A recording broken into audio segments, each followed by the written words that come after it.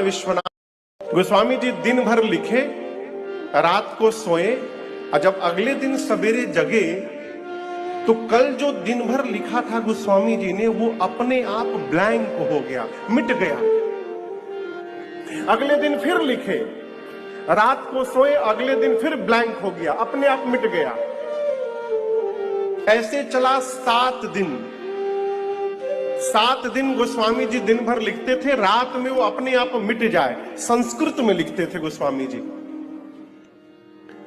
7वें दिन रात्रि में पूज्यपाद गोस्वामी तुलसीदास जी को भगवान शंकर और मां पार्वती जी ने सपने में दर्शन दिया, स्वप्न में, और दर्शन देकर आदेश दिया कि गोस्वामी जी आप श्री रामचरित मानस की रचना संस्कृत में न करिए। गोस्वामी जी पूछे क्यों?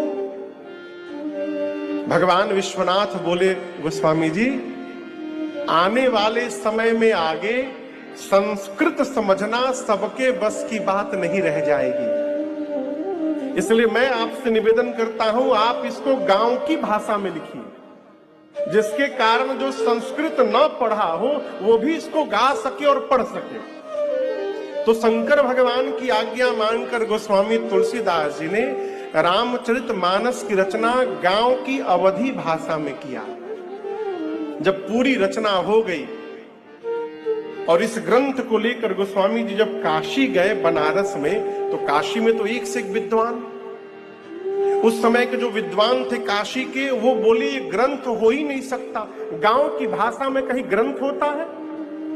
ग्रंथ देव भाषा संस्कृत में लिखा जाता है, ये कोई ग्रंथ नहीं है।